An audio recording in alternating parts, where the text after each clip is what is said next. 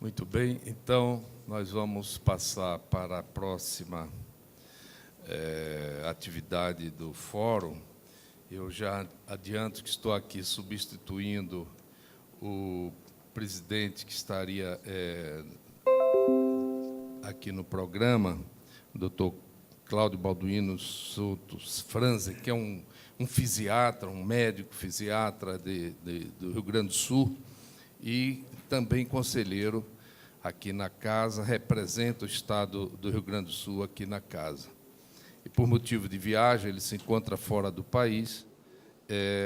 Emanuel me pediu para presidir essa atividade. É a Conferência 2, Dopagem e Antidopagem, Regras Básicas.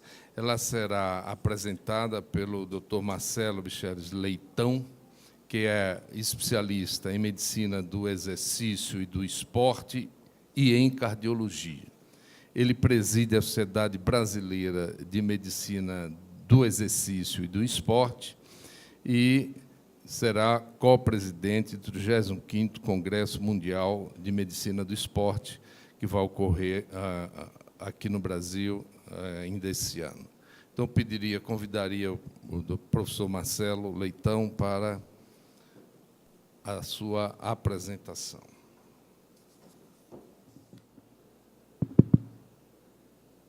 Então, bom dia mais uma vez. Desculpem pelo pequeno atraso, nós tivemos um pequeno problema ali com o arquivo, tivemos que copiar novamente. Eu queria agradecer mais uma vez ao Conselho, à Câmara Técnica de Medicina do Exercício e do Esporte, por estar aqui falando sobre esse tema para vocês, nesse importante evento, em nome da Sociedade Brasileira de Medicina do Exercício e do Esporte. Então, na verdade,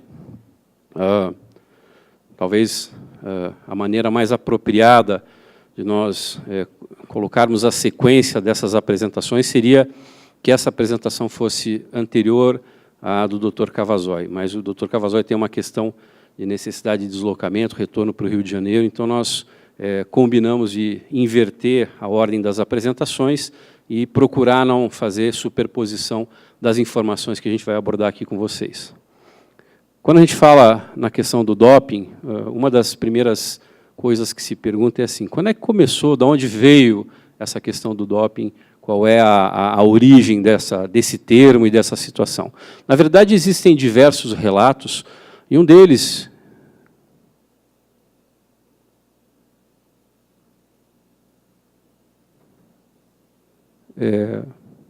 travou aqui, não está indo para frente. Aí. E um deles, pode passar, deixa eu ver, aqui não está funcionando. Eu vou pedindo para vocês aí, tá? Então tá bom. Um deles nos remete à África, e na África uma tribo chamada tribo Kafir denominou lá antigamente uma bebida alcoólica estimulante que era usada em cerimônias religiosas como DOP. Então foi a primeira vez que, pelo menos se tem relato de que se usou esse termo para associá-lo a uma questão de alguma substância ou de algum método que pudesse estimular as pessoas. Próximo, por favor. Também na África existem registros de guerreiros Zulu usando DOP, uma bebida alcoólica estimulante feita de uva e de cola. Próximo. Consecutivamente, ao longo da colonização africana, colonizadores holandeses começaram a usar o termo DOP para designar qualquer tipo de bebida estimulante, e o termo se difundiu pelo mundo. A ponto de que, pode passar o próximo, esse termo eventualmente começou a ser usado para denominar uma gama mais variada de substâncias, e nos esportes, o uso dessas substâncias foi denominado doping, um termo que apareceu pela primeira vez em um dicionário na língua inglesa em 1889. Pode passar. E qual é o conceito? Qual é o conceito, então, do doping? Primeiro, é importante reforçar, e uma ou outra mensagem vai ser replicada e repetida aqui, porque são mensagens que nós consideramos extremamente importantes. Tá bom, obrigado.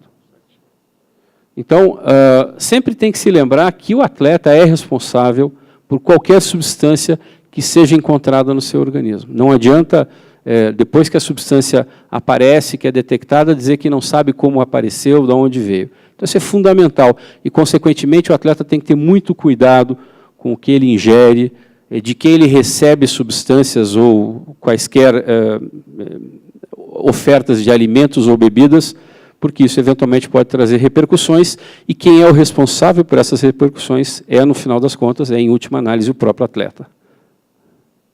É fundamental que se conheça a lista de substâncias e métodos proibidos da Agência Mundial Antidoping, que publica essa lista anualmente, e não apenas o atleta conhecê-la, mas o médico assistente. E aí a gente tem uma questão que também nós temos que discutir e reforçar, que é um dos objetivos fundamentais desse nosso fórum, da divulgação dessa cartilha, que é chegar ou levar essa informação ao médico, que não necessariamente é um médico do exercício do esporte, mas que, em algum momento, vai acabar se deparando com indivíduos, com atletas de nível moderado, de nível elevado, e que muitas vezes vão questioná-lo sobre o uso de medicamentos e, eventualmente, vão participar de eventos e de competições onde exista o controle da dopagem.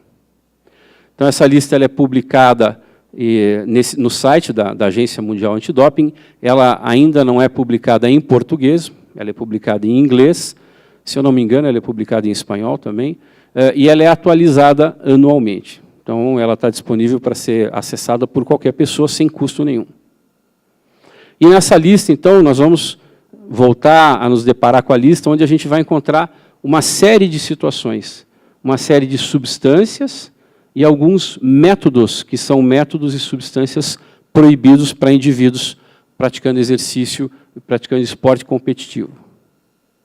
Então, nós temos 12 categorias de substâncias proibidas e 3 categorias de métodos proibidos. Dessas substâncias proibidas, algumas são proibidas em competição e fora dela, ou seja, em todos os momentos em que o indivíduo ou que o atleta seja eventualmente solicitado a ser submetido a um teste, se essas substâncias forem encontradas, não importa se longe de uma competição, elas são substâncias que são consideradas proibidas.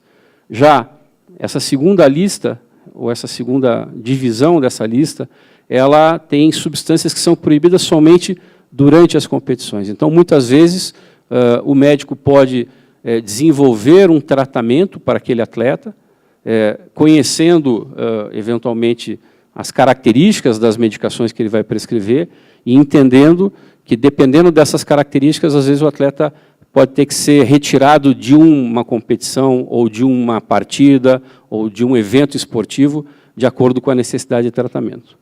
Mas essas substâncias, elas, se forem detectadas em testes fora de competição, não trazem maiores repercussões para o atleta, não trazem sanções. Aí nós temos substâncias proibidas em esportes específicos e os métodos. E eu reforço o que o Cavazoi terminou de falar para vocês aqui, que é muito importante. O atleta é responsável por toda e qualquer substância encontrada no seu organismo, mas o seu médico assistente também. Então, é muito, muito importante que o médico conheça essa lista e que o médico mantenha sempre um prontuário organizado, detalhado, esclarecido, que todas as substâncias que o médico recomende ao atleta a sua utilização sejam prescritas apropriadamente, que tudo isso seja registrado, para que, eventualmente, numa situação de doping, o atleta não possa, e isso acontece algumas vezes, dizer que o médico prescreveu determinada substância sem que ele soubesse. Então, tudo isso tem que estar muito bem registrado, isso é muito importante. O atleta é responsável e qualquer atleta pode utilizar qualquer substância para uso terapêutico, desde que seja sob prescrição, que haja uma justificativa clínica e que não haja outra alternativa terapêutica razoável para o uso dessa substância. Então, por que todos os médicos devem entender um pouquinho de doping e de controle antidoping? Na verdade, porque, como a gente falou, apesar da especialidade médica que provavelmente está mais próxima, provavelmente não, que seguramente está mais próxima dos atletas ser a medicina do exercício e do esporte, muitas vezes o médico vai se deparar e os atletas vão necessitar recorrer a outros especialistas por inúmeras razões. E vão procurar o seu clínico, o seu dermatologista, seu cardiologista, etc., etc., seu ortopedista, que muitas vezes não tem necessariamente uma formação na área da medicina do exercício e do esporte. Independente disso, é sempre importante lembrar que o médico que prescreve as substâncias é corresponsável pelas repercussões que podem acontecer quando há um teste positivo. Qualquer médico pode estar sujeito a ter como paciente um atleta de nível intermediário ou de alto rendimento, que eventualmente acaba sendo submetido ao controle antidoping. Já reforçamos essa questão fundamental, apesar disso o atleta sempre é o responsável por qualquer substância que seja encontrada no seu organismo. Bom, nós falamos que o doping já é uma coisa antiga, que vem de muitos anos, de muitos séculos, mas, afinal, como é que nós conceituamos? O que é, afinal, o doping do ponto de vista da Agência Mundial Antidoping, da Agência Brasileira de Controle de Dopagem e de todas as instituições que estão associadas a essas agências? Então, o conceito é: qualquer substância que promova uma melhora artificial do rendimento desportivo ou que tenha qualquer substância que traga risco à saúde do atleta ou qualquer substância que seja, ou qualquer método que seja contrário aos valores do esporte. Nós temos, então, 3 situações ou 3 afirmações que conceituam o doping. Se dessas 3, 2 estiverem presentes, a situação é considerada como doping. Então, se eu tiver uma melhora artificial do desempenho com risco para a saúde, isso é doping. Se eu tiver melhora do desempenho artificialmente e essa substância ou esse método é contrário aos valores do esporte, isso é doping também. E se eu tiver risco para a saúde do atleta e ele se for contrário aos valores do esporte, também é doping. Então, essas são as situações que caracterizam, que configuram, que conceituam uma situação de doping e que ajudam a elaborar as listas de substâncias e métodos proibidos. Claro que se os 3 conceitos, as 3 situações estiverem presentes, obviamente isso também é doping. O que é ser contrário aos valores do esporte? Isso é uma coisa que, quando nós comentamos, quando nós abordamos essa questão, muitas vezes se questiona. Mas isso é uma informação, é um conceito meio subjetivo. Então, ser contrário aos valores do esporte. O que são os valores do esporte? São ética, jogo limpo e honestidade, a saúde do atleta, a excelência no desempenho, caráter e educação do atleta e das pessoas envolvidas no treinamento e nas competições, diversão e alegria, espírito de equipe, dedicação e comprometimento, respeito pelas regras e pelas leis, por si próprio e pelos outros atletas, coragem e solidariedade. Então, essas são conceitos que fazem parte da definição dos valores de esporte que estão no Código Mundial Antidoping, da Agência Mundial Antidoping. Como nós comentamos, acelerando um pouquinho a apresentação inicialmente, o controle pode ser feito, e habitualmente, ou muito frequentemente, ele é feito durante as competições. Então, em grandes eventos esportivos, nós estamos nos aproximando da Copa do Mundo na Rússia, em Jogos Olímpicos, como nós tivemos agora há pouco tempo aqui no Brasil, sempre existe, então, um controle que é feito durante as competições. Isso mobiliza toda uma estrutura, todo um aparato, toda uma quantidade grande de recursos humanos para fazer esse controle. Mas esse controle pode e deve e é realizado também fora de competições. Isso acontece muito em função de que, quando começaram a acontecer os controles em competições, os atletas e alguns profissionais envolvidos na administração dessas substâncias começaram a entender melhor as características, a farmacodinâmica das substâncias e começaram a manipular a administração dessas substâncias para que não houvesse a detecção durante a competição, mas que os atletas, usando essas substâncias ao longo do período de treinamento, obtivessem uma vantagem ilícita. Então, a partir disso é que se começou a desenvolver a realização de testes fora de competição, e que são testes que podem acontecer em qualquer atleta, a qualquer momento, quando o atleta é chamado para colher uma amostra para fazer um teste antidoping, ele é obrigado a fazer isso. Quando o atleta se recusa a se submeter ao controle antidoping, independente de qualquer outra situação, a recusa já é considerada como um positivo.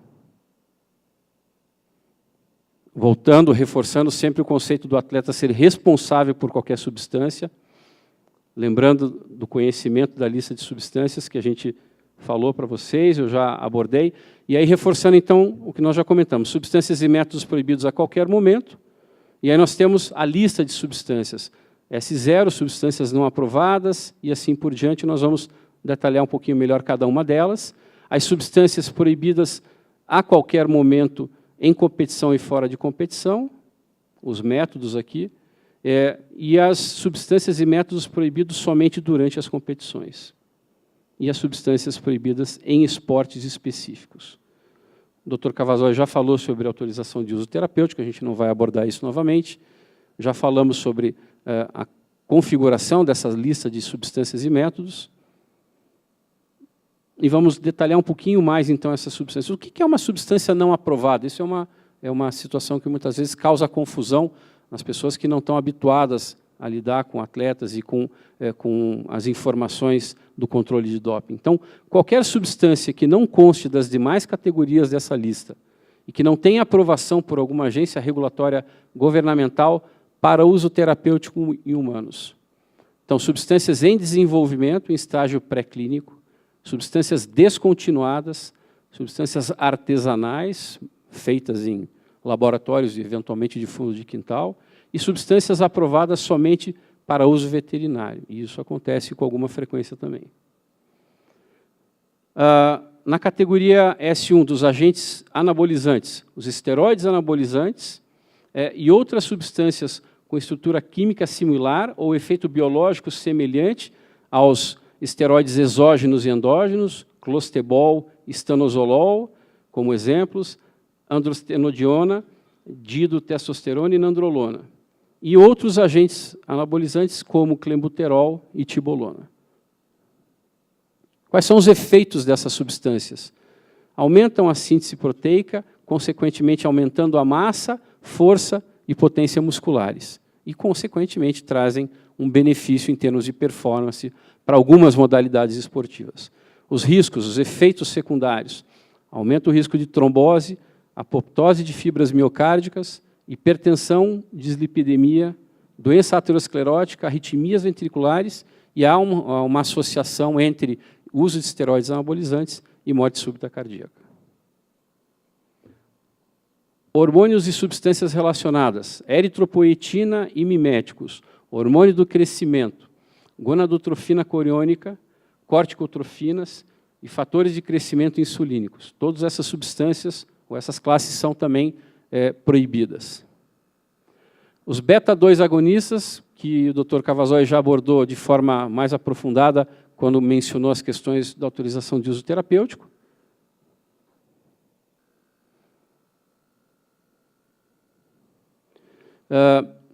Os moduladores hormonais e metabólicos, incluindo agentes com atividade antiestrogênica. Essa é uma categoria interessante. Então, os inibidores da aromatase, os moduladores seletivos dos receptores de estrogênios, outros agentes estrogênicos, inibidores da miostatina e moduladores metabólicos. E qual é o efeito dessas substâncias? Eles não têm um efeito benéfico em termos de performance, mas esses agentes com atividade antiestrogênica, eles são proibidos por reduzirem ginecomastia secundária e uso de esteroides anabolizantes. E algumas outras substâncias mascaram também, eventualmente, a presença das substâncias proibidas, como, por exemplo, a classe S5, em que nós temos os diuréticos e agentes mascaradores. Então, os diuréticos tiazídicos, poupadores de potássio, diuréticos de alça, substâncias frequentemente usadas por indivíduos para fazer o controle, por exemplo, de hipertensão arterial, Então, sempre tem que se estar muito atento quando se faz a prescrição e tratamento da hipertensão em atletas que, eventualmente, vão ser submetidos a provas em que há o controle de doping. Isso sempre é uma questão importante. Lembro bem, o Dr. Roberto Vital e eu tivemos à frente o Dr. Roberto à frente, eu fiz parte da comissão médica da equipe paralímpica brasileira nos Jogos de Sydney em Atenas, e nós tivemos uma atleta que tinha hipertensão, usava um medicamento com associação com hidroclorotiazida, e nós trocamos a medicação para não ter risco de problemas relacionados a essa substância. E agentes mascaradores, como a probenecida e os expansores plasmáticos, como a albumina, destran e manitol. Os diuréticos têm capacidade de diluir a urina, impedindo ou dificultando a detecção de outras substâncias proibidas. Reduzem o peso também nas modalidades com divisão em categorias por peso, ou quando o peso reduzido possa ser considerado uma vantagem. Então, isso também é uma situação que a gente vê muito frequentemente, os atletas usando essas substâncias para reduzir abrupta e intensamente o seu peso, para passar de uma categoria para outra e, eventualmente, competir nessa categoria com peso mais baixo. Também existem algumas questões relacionadas à autorização de uso terapêutico para essas substâncias, também o Cavazos já falou sobre isso. E aí nós vamos entrar, então, na lista de substâncias que são proibidas somente durante as competições. Os estimulantes, os narcóticos, os canabinoides e os glicocorticosteroides. Os estimulantes não específicos, como anfepramona, anfetamina, cocaína e fempreporex, muitas vezes algumas dessas substâncias usadas por atletas, por pessoas que querem perder peso, são algumas substâncias que têm um efeito de inibição de apetite, não são substâncias que não têm ou que têm um controle muito específico, mas que muitas vezes acabam sendo utilizadas por alguns atletas. Estimulantes específicos, e aí eu chamo a atenção da efedrina, da estricnina, da pseudoefedrina e da sibutramina. Tá? Então, todas essas substâncias, com algumas peculiaridades de cada uma delas, que eu não vou detalhar aqui para vocês, também são proibidas em situações de competição. Então, aqui nós temos também, muitas vezes, substâncias que estão presentes, por exemplo, em medicamentos antigripais, que são utilizados para o tratamento de um quadro gripal de um atleta, e que, eventualmente, pode utilizar essas medicações, mas que, se estiver utilizando a medicação próxima a um evento, a uma partida, a um jogo, devem restringir o seu uso, ou, eventualmente, o médico deve orientar o atleta a não participar daquela partida, daquele jogo específico, para não correr o risco de ser flagrado no doping.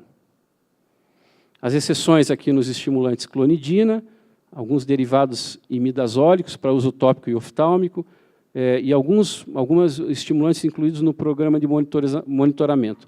O programa de monitoramento, em 2017, ele diz que não são consideradas substâncias proibidas a bupropiona, cafeína, nicotina, fenilefrina, fenilpropanolamina, pipradrol e sinefrina.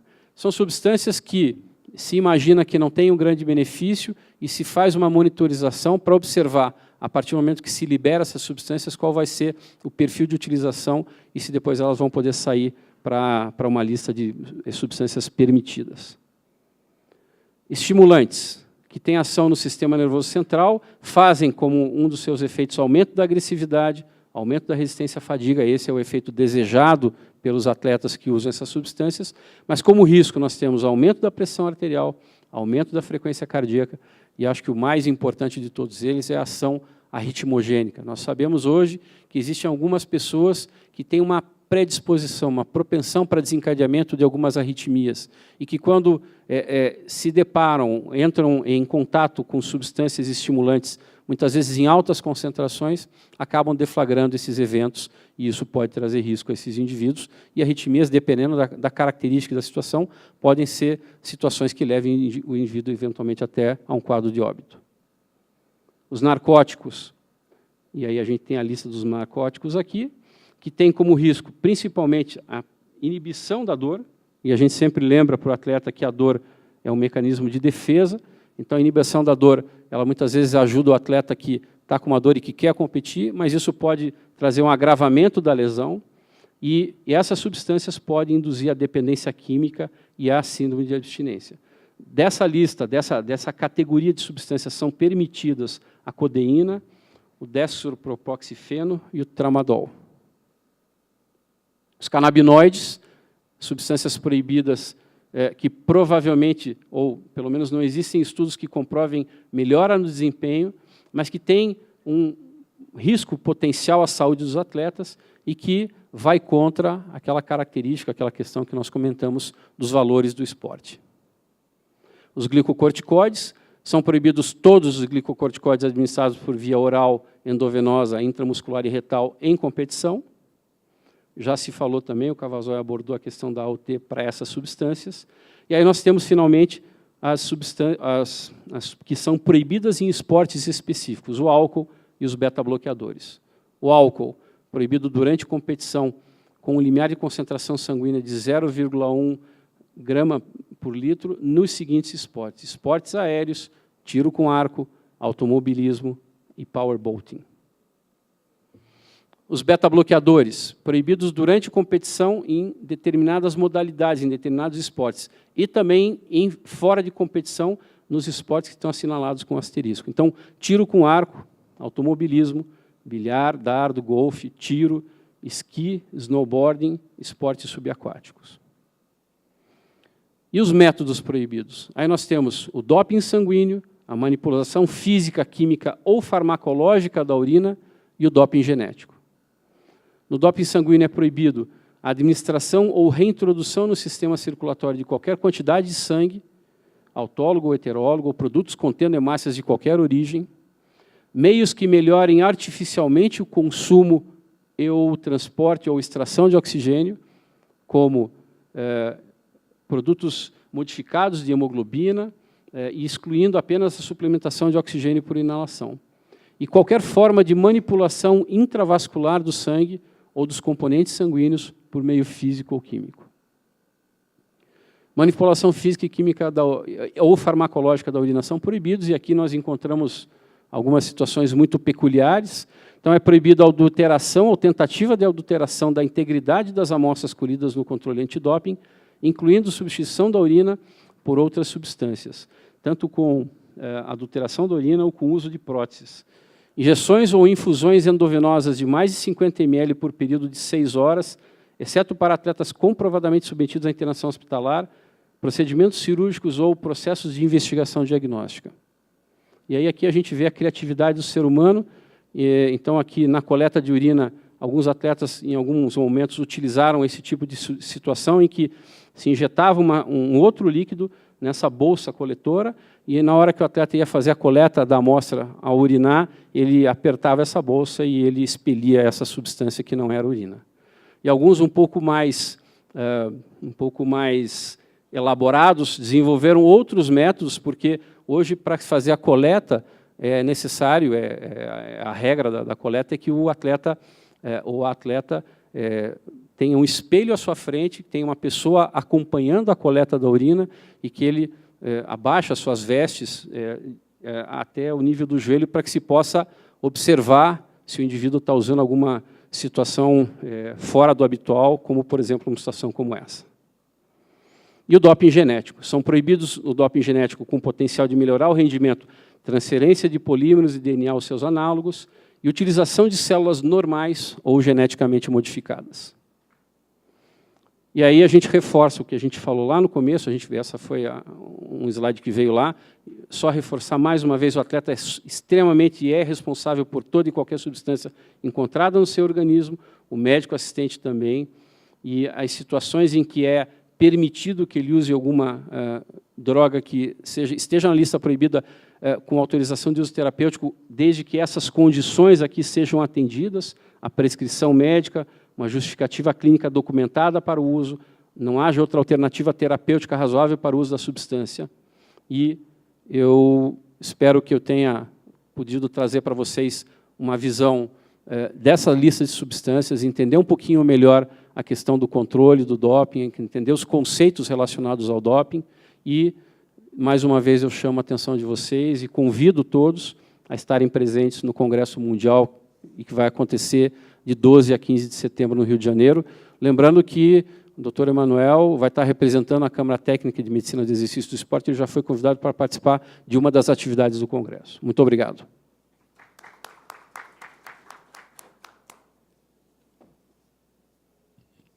passar às mãos do doutor Marcelo o certificado